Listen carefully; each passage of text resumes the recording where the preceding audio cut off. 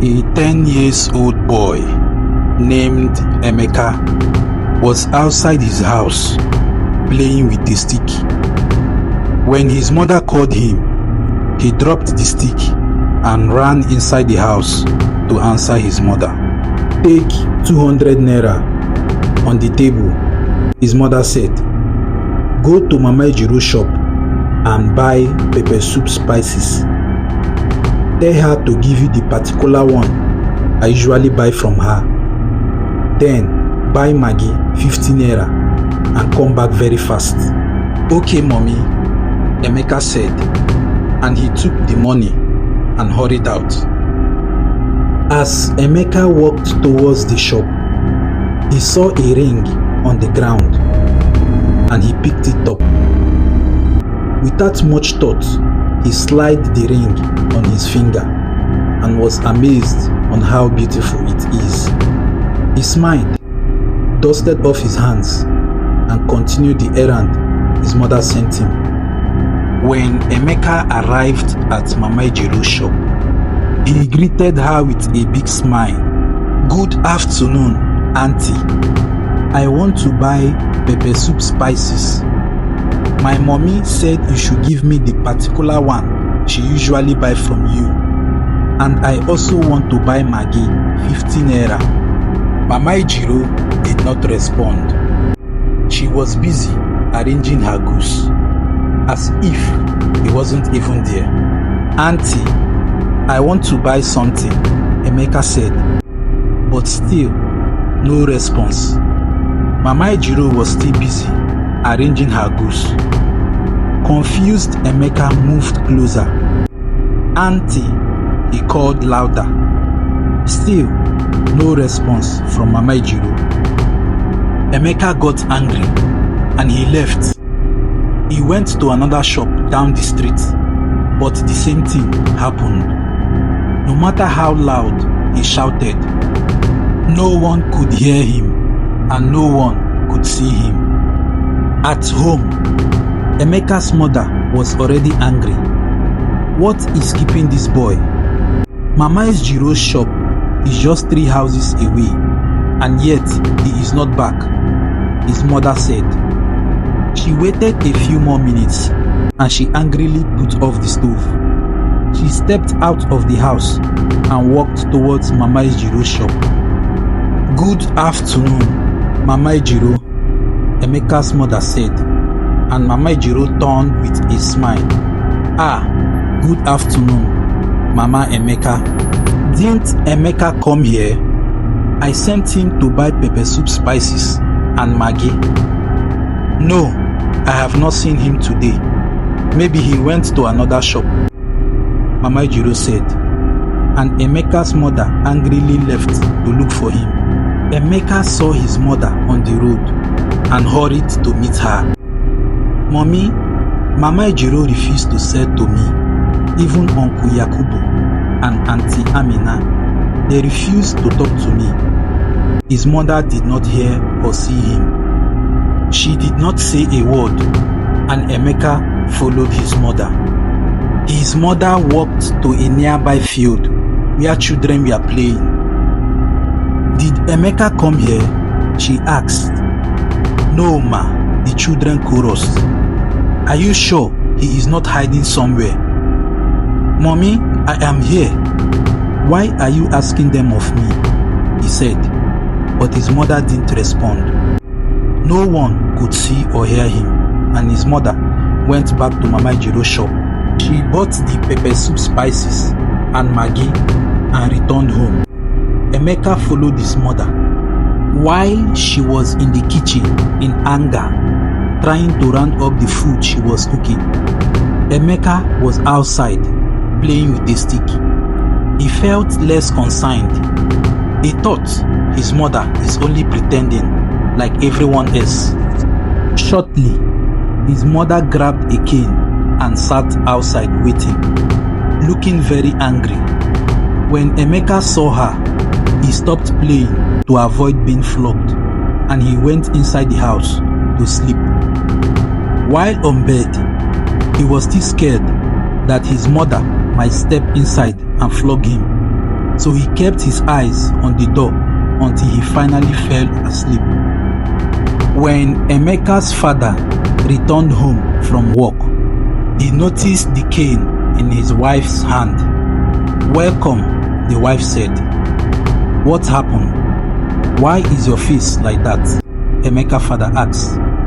"It's over an hour since I sent Emeka to buy something, and he is not yet back.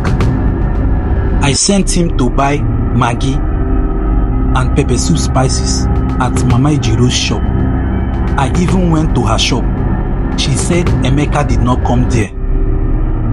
Over 1 hour. Mama Ejiro's shop that is just 3 houses away. Have you gone to the field to look for him?" he asked. "Yes, he is not there." The children said they didn't see him either. Emeka's father angrily stepped inside the house. He showered quickly and went out to look for him. The father searched the entire neighborhood, asking neighbors and shopkeepers, but no one had seen Emeka. He returned home exhausted and angry. "If this boy comes back, I will teach him a lesson he will never forget," he said while sitting with his wife. Inside the house, Emeka woke up feeling hungry. He stumbled out of his room to meet his parents while rubbing his eyes. "Mommy, I am hungry." The mother didn't react. He went closer to his father. "Daddy, I want to eat." His father didn't even look at him, and he sat on the ground crying, telling them he was very hungry, but no one could see or hear him. At 9 p.m., their anger turned into fear because Emeka has never returned home late. The thought of something happening to him was terrible. Meanwhile, the invisible Emeka is sleeping close to them. He had already cried himself to sleep. "I am very scared. Something bad might have happened to him, since nobody knows his whereabouts." "What do we do?" the wife asked. "Go to the police station and report while I go to the vigilante. Let's see what they can do." The wife rushed to a nearby police station where she met with a sympathetic officer named Inspector James. Inspector James listened attentively as Emeka's mother explained the situation. He asked a few questions, took some notes, and then assured her that he would do everything in his power to find her son. Emeka's mother thanked him and returned home. Meanwhile, the vigilante group in the neighborhood had also been alerted to Emeka's disappearance. They went from house to house to ask of his whereabouts. While they were looking for any sign of the missing boy, they came across Mama Ejiro, who was still open for business. They asked her if she had seen Emeka, and she repeated what she had told Emeka's mother earlier, that she hadn't seen him all day. The vigilante left and continued searching for him. At the police station, Inspector James sat in his office, frowning as he reviewed the details of Emeka's disappearance. The boy's house was so close to the shop. It didn't make any sense for him to vanish without a trace. He decided to return to the neighborhood with his team to investigate further. When Inspector James arrived at Mama Ejiro's shop with a team of police officers, Mama Ejiro also told them that he didn't see him, but the police wasn't convinced since Emeka's house is just 3 houses away. They asked her a few more questions. Back at home, Emeka's parents sat in their living room, their faces heavy with worry. It had been hours since their son disappeared, and every passing second felt like eternity. I shouldn't have sent him out, Emeka's mother said. You didn't know this would happen. It's not your fault, the father said. Little Emeka sat close to them, already tired of crying and very hungry. He couldn't understand what was going on. He was just looking at his parents. Shortly, his attention was caught on the ring, and he removed it. Immediately he removed it, he became visible again. His parents saw him seated close to them. Fear gripped them as they almost ran outside. Emeka, his mother shouted. Mommy, he said. Emeka, how did you get in here? His father asked. I've been here since. Nobody wants to talk to me, Emeka said. What do you mean you've been here since? Where did you go? And how did you get in here that we didn't even see you when you stepped in? And what is that on your hand? Isn't that a ring, Emeka? Where did you get it from? Emeka's father asked. Emeka hesitated for a moment, then explained. I found it on the ground while going to Mama Ijiro's shop, so I picked it up and put it on my finger. Emeka, you saw a ring on the ground and you picked it up and put on your finger. As what, Emeka? So after you put on the ring, where did you go? His father asked. I went to Mama Ijiro's shop to buy what mommy asked me to buy, but Mama Ijiro refused to talk to me, and I went to Uncle Yakubu and Amina's shop. Nobody talked to me. I saw mommy on the road, going to the field. She also refused to talk to me, so I followed her home. Give me the ring, the father said. He collected it from Emeka and inspected it closely. There were strange, unrecognizable symbols around it. This is not an ordinary ring, he said. Throw it away. Whatever this is, it's evil, the wife shouted. At that moment, there was a knock at the door. It was Inspector James and two officers. They had returned to check on the family and provide updates on the search. When they opened the door, Inspector James immediately noticed Emeka seated in the living room. His eyes widened in surprise. Wait, you found him? Emeka's mother rushed forward, tears streaming down her face. Yes, Inspector, but you won't believe how. It's this ring. She pointed at the object in her husband's hand. Inspector James leaned closer to examine the ring. What's so special about this ring? He said. Emeka's father explained everything. How Emeka had found it and put it on, and suddenly became invisible to everyone around him. The inspector listened, and his expression turning grave. This ring? Inspector James asked. Okay, let me have it. Inspector James stood up and collected the ring, and he sat back with the other officers as they inspect it. It might not be the first time we are hearing about something like this, Inspector James said. Emeka's father looked confused. What do you mean, Inspector? One of the officers beside Inspector James cleared his throat. Sir, are you thinking what I am thinking?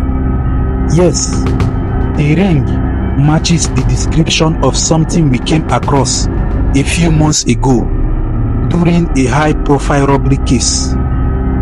What robbery? Emeka's mother asked, looking at the ring on the inspector's hand. It was a strange case. About 6 months ago, we arrested a criminal who was among a deadly gang that had been pulling off strange robbery. They would rob banks, jewelry stores, even houses, and no one ever saw them come in or go out. At first, we thought it was a well-planned operation, but during a stop and search we did few days after they robbed a bank, there was a passenger we caught in a public bus. We searched him and found several kinds of bullets inside his bag. We removed everything from the bag and we saw a ring which looked exactly like this. After we tortured him, he confessed that he was among the criminals that robbed the bank. The room fell silent. Emeka's parents stared at the ring. The man said the ring made him invisible.